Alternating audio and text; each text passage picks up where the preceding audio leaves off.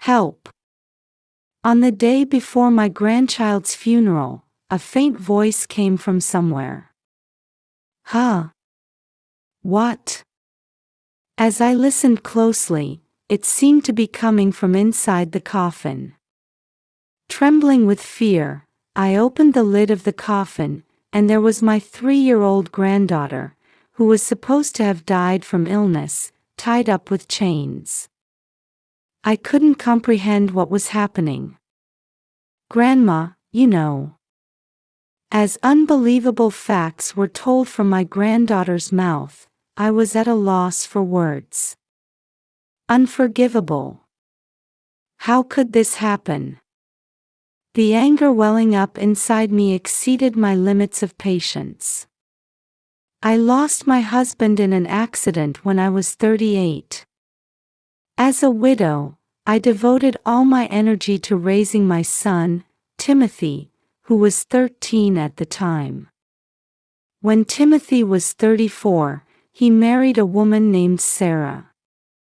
"You can finally relax now," my friends all said, acknowledging my years of hard work. Timothy and Sarah lived about a 30-minute drive from my house, maintaining a comfortable distance. Soon after their marriage, we found out she was pregnant, and I was eagerly awaiting the birth of my first grandchild. When Sarah was in her 3rd trimester, I visited their house to share some vegetables. We weren't sure about the baby's gender for a while, but it turns out it's a girl, Timothy said. "Oh, how exciting!" I replied. "Yes, but I really wanted a boy," he sighed. The couple seemed visibly disappointed that the baby wasn't their desired gender. "With a girl, you'll have the joy of choosing cute outfits," I said, trying to cheer them up. Of course, I thought the gender didn't matter as long as the baby was born healthy, but I was trying to boost their spirits. However, they were so shocked they didn't respond at all. Still, I thought once they saw their adorable newborn, they'd forget they ever felt that way. A few months later, my granddaughter was born safely. They named her Olivia, and she was the sweetest little girl. I truly understood the saying, "too precious for words." I visited my son and daughter-in-law whenever I could to see my granddaughter. However, as I observed the two of them, something bothered me. Even when Olivia cried for a long time, they hardly paid attention to her. "Oh my, what's wrong?" I'd say, reaching out to pick her up, but Sarah would glare at me. "Mother-in-law, don't do that, she'll get used to being held." But isn't it pitiful to leave her crying like this? I was trying to help Sarah feel a bit more relaxed, but it seemed that wasn't the right thing to do. Timothy chimed in with a bitter expression, "She's just fussy because she's sleepy. It's trendy now to teach them to sleep on their own from an early age." They both looked annoyed that I had voiced my opinion. "I suppose child-rearing has changed a lot since my day," I said, deciding to step back and observe for a while. However, as Olivia grew, my doubts about my son and daughter-in-law's parenting only increased. When I visited their house, Olivia was always wearing ill-fitting clothes, and she would eagerly devour the snacks I brought as if she were starving. Are they really taking proper care of her? Worried, I tried to talk to my son about it, hoping to offer some help. "Stop nagging. Don't interfere with how we raise our child," Timothy shouted, refusing to listen. What's more, every time I said something, he started treating Olivia roughly. Witnessing such behavior, I found myself unable to speak up and decided to keep quiet. A little while later, around Olivia's 3rd birthday, Sarah became pregnant with their 2nd child. While I was babysitting Olivia during their prenatal checkup, they returned home overjoyed. They had found out their next child would be a boy. "Yes. I'm so excited," Timothy exclaimed. "That's wonderful news. Olivia, you're going to have a little brother," I said. "Yes. I can't wait to meet my brother," Olivia cheered.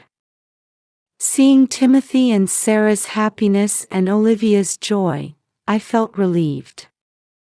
Maybe they're slowly becoming a real family, I thought. However, my relief was short-lived. Around this time, Olivia started falling ill frequently. Several times, I'd receive a message from Timothy the day before a planned visit saying, "Tomorrow won't work." When I asked why, he'd say Olivia wasn't feeling well. Even when I offered to visit and check on her, they refused. After persistent pleading, they finally allowed me to come over, and I rushed to their house. When I finally saw Olivia after a long time, she looked emaciated. "Doesn't she need to be hospitalized? If she's at home, it can't be that serious, right?" I asked. Timothy hung his head, covering his face with his hands. "We thought it would be better for her to spend her remaining time at home," he said, his voice trembling. Hearing my son speak like this, I knew something was terribly wrong. "What's her diagnosis? It must be quite serious, right?" I was filled with disbelief and a desire to take Olivia's place if I could. After that, I visited Olivia as often as time allowed, but my son and daughter-in-law gradually prevented me from seeing her, saying, it might tire her out. This went on for about a month, and then it happened suddenly. "Olivia has passed away," Timothy informed me, and my world went dark. She was only 3 years old. She had so many joyful experiences ahead of her. Thinking about how I couldn't do anything for her, I broke down in tears. I was also worried about Sarah, who was in her final month of pregnancy, and my heart ached imagining how devastated she must be.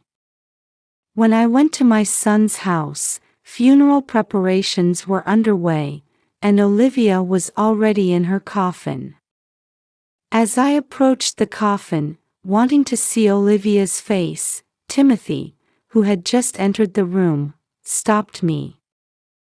"No, don't open it," he said. "She went through tough treatments, so her body is in bad shape. I don't want you to see her like that." That bad? I imagined a truly horrific end, unable to even see Olivia's face. Though part of me couldn't accept it, I tried to tell myself that Olivia would always be in my heart. Changing the subject, I asked my son if there was anything I could help with, but he said, "We're fine for now," so I decided to go home for the time being. The next day, I visited their house again. It was the day of the funeral, but strangely, no one else had arrived yet besides me. "Who else is coming?" I asked. "No one. We want to send her off quietly, just as family," Timothy replied. "Sarah's parents are working overseas. We contacted them, but they said they couldn't make it in time for the funeral, though they'd definitely come later." I understood it was sudden, and it might be difficult for them to return at such short notice. We'll give Olivia a proper send-off, even if it's just us, I thought. I was standing in front of the coffin, reminiscing about the time I spent with Olivia, when Timothy's phone rang, and he stepped outside to take the call. At that moment, I heard a faint "help me" coming from somewhere. Listening closely, it seemed to be coming from inside the coffin. Trembling, I opened the lid, and to my shock, there was Olivia, who was supposed to be dead, bound in chains and pleading for help. Olivia? What on earth is going on? I was confused by this sudden turn of events, but I knew without a doubt that my son and daughter-in-law were involved. I quickly helped Olivia out and hid her in the closet, telling her, "Wait here for just a bit, okay? Sarah's gone into labor." Timothy came running back, his voice full of excitement. "I'm taking Sarah to the hospital now, so you should go home," he said, gathering his wife's belongings and tidying himself up. "What about Olivia's funeral?" I asked. "That's not important right now. The boy who's about to be born is what matters." He said this as if it were the most natural thing in the world, without even a change in his expression. "But it's sad to leave Olivia alone." "I'll stay here and keep watch," I suggested, feeling it would be more convenient to remain in the house. "Just because we're not here doesn't mean you can look inside the coffin." "It would make Olivia sad," Timothy warned, looking thoughtful for a moment before hurrying out of the room. "Even if you tell me not to look, it's already too late," I thought to myself. After confirming that Timothy and Sarah had left, I rushed to the closet where Olivia was waiting. "Olivia, it's all right now," I said, hugging her tightly. "I'm so glad you're alive." After that, I heard an unbelievable story from her. As I had suspected, Timothy and Sarah were indeed the culprits. I will never forgive them. Unable to contain my anger, I decided to punish them and began preparing to corner the two of them. The next day, I received a call from my son. A healthy baby boy was born, he announced in an elated voice. "Congratulations. We must celebrate." "I'll come to the hospital later," I replied. About 3 hours after the call, I visited Sarah's hospital room. "Look, Mom. It's our long-awaited son. Isn't he cute?" Timothy said excitedly as soon as I entered the room, holding up his newborn son. He and Sarah exchanged glances, smiling happily at each other. "You won't be smiling for long," I thought to myself. When I asked them about Olivia's funeral, their expressions changed instantly. "Oh, we're busy with the new baby, so we decided to just cremate her without a funeral. We'll let you know when it's all done," Timothy answered dismissively, as if it were a bothersome task. Now, it's time for their punishment to begin.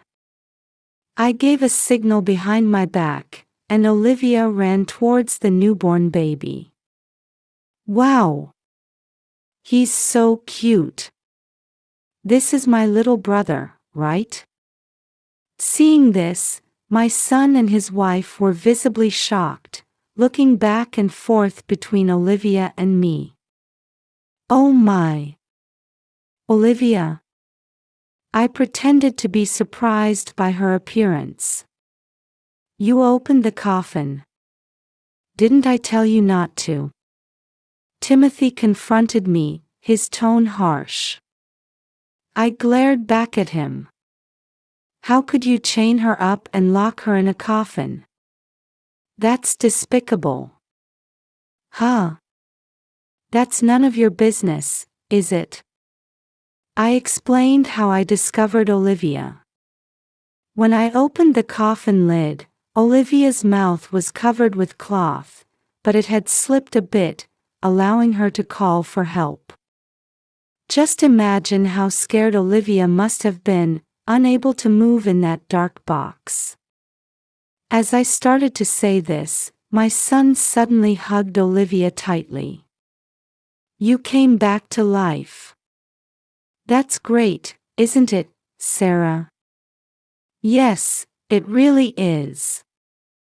They were putting on an exaggerated act, thinking they could fool me. Olivia, can you tell me why you were in that box? I asked my granddaughter with a gentle smile. Well, Daddy and Mommy wrapped me up tight. Then they said a devil was coming, so I had to wait there, Olivia explained, stumbling over her words but trying her best. She's saying this, but can you explain what it means? I asked. Timothy had lost his earlier bravado and became less talkative. Not wanting Olivia to see me corner her parents, I beckoned her and said, I need to have an important talk with your parents now. Can you wait in the hallway with my friend? Okay, I understand, she replied. I had asked a friend to come along and help me with this situation.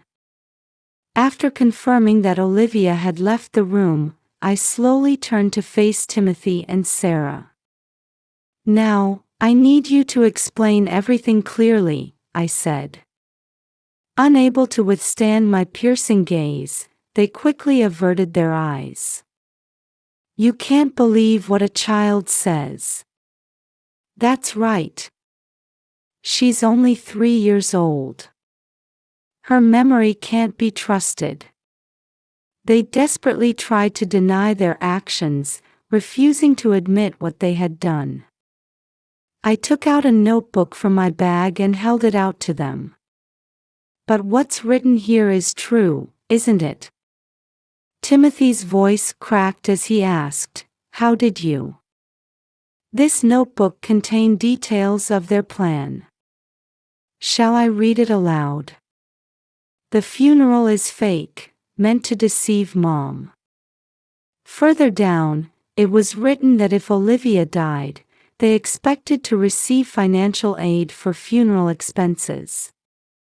I had found this while searching their room after they had rushed to the hospital when Sarah went into labor. It's the worst to snoop around someone else's house. But that's just notes I took about an interesting mystery drama I saw on TV the other day, my son declared boldly, snatching the notebook from me. He looked triumphant, but of course, this wasn't the end. Then what about this? I said, pulling out another document from my bag and thrusting it at Timothy. What's this all about? He demanded. It was Olivia's medical report. When I rescued Olivia and hugged her, she winced in pain, saying, It hurts. When I lifted her clothes to check, I saw several bruises on her body. Suspecting my son and daughter-in-law of mistreating her, I immediately took her to the hospital. The doctor told me, this child has been regularly subjected to physical abuse, and her nutritional state is poor. Is she not being fed properly? He then provided me with this medical report. So that's why Olivia devoured the food so eagerly when I brought some to your house before, I said. They kept their heads down, not answering. What's going on? Why are you doing this? I pressed further. At first, my son wouldn't even meet my eyes, but then he sat down in a chair, manspreading. We wanted a boy, but she was born a girl. That's the problem, he blurted out. Children are precious gifts, I said. No way. Girls are useless, aren't they? Timothy started talking non-stop, as if he had given up trying to hide anything. He explained that once they found out their second child was a boy, they decided they no longer needed Olivia. However, they thought it would be suspicious if she suddenly disappeared, so they came up with the plan to pretend she was sick and eventually claim she had died. Well, we haven't been feeding her properly lately, so we thought she'd eventually just weaken and die on her own. My son said this with a smirk, casually admitting to such a terrible thing without any hesitation. There was one thing I couldn't understand. Even though you say that, you didn't actually kill her. Isn't that because deep down, as parents, you truly love Olivia? I asked. Timothy and Sarah looked at each other, then burst out laughing. Love? There's no such thing. If she died, we'd lose the child support payments and our income would decrease, right? That's right. The only one we want to love is this son, Sarah said, lovingly stroking the baby's head she was holding. At that moment, I realized my anger had reached its peak. If that's the case, there was no need to chain her up and put her in a coffin. I shouted, suppressing the urge to slap them both. However, my anger didn't seem to affect them at all. But that wouldn't create the right atmosphere, you know. Besides, kids can do unexpected things, so we thought it would be safer to keep her restrained and locked in the coffin, my son said matter-of-factly. My body trembled with rage at his nonchalant attitude. Also, you always come to our house and dote on Olivia, so we were worried she might tell you what we've been doing to her someday, Timothy continued. So that's why you pretended Olivia was dead. You thought I wouldn't come around anymore? I asked. Bingo. Timothy said with a grin. Now that we have our boy, you can have Olivia if you want her, he added. That's right. We don't need her anymore, so do whatever you like with her, Sarah chimed in. They were treating Olivia like an object, and worse, they seemed to be enjoying it. Before I knew it, I had grabbed my son by the collar. Want to fight? I won't go easy on you just because you're my mother, Timothy said provocatively. But I realized that if I gave in to this, I'd be no better than them. So I let go of my son and glared at them both. I'll raise Olivia and your newborn son myself, I declared. What? Are you crazy? We're not giving up our son. No way. They shouted angrily. It was time to deliver the final blow of my punishment. I've already reported this incident to the police and Child Protective Services. You should be prepared for how the authorities will judge parents who abuse their children, I said. As soon as I said this, Sarah grabbed Timothy's arm and kept shaking it, pleading, "What are we going to do?" over and over. But Timothy just stood there, dumbfounded, unable to answer. I think the police might be arriving here soon, I added. Wait a minute. What if they really take our son away? What should we do? Timothy asked. That's not my problem. You brought this on yourselves, I replied coldly. We'll take good care of Olivia from now on, so please tell them your report was a mistake, they begged, bowing their heads to me. As if I could believe that. I said, pushing them away. They muttered, "What should we do?" and slumped down where they stood. After that, Timothy and Sarah were arrested, and the children were temporarily placed in protective custody. The incident was widely reported in the news and weekly magazines, with my son and daughter-in-law's names and faces exposed. Even after they're released from prison, they'll likely live the rest of their lives being pointed at and whispered about. As for me, I ended up taking in and raising both grandchildren. With another precious little one added to my life, I can't stop smiling. My friends tell me, "You look so youthful these days." Perhaps it's because I have a new purpose in life. I'm not entirely displeased with the compliment. Olivia is a great help around the house, and I'm truly grateful for her. I'm determined to stay healthy and energetic so I can watch my grandchildren grow up. That's what I'm focusing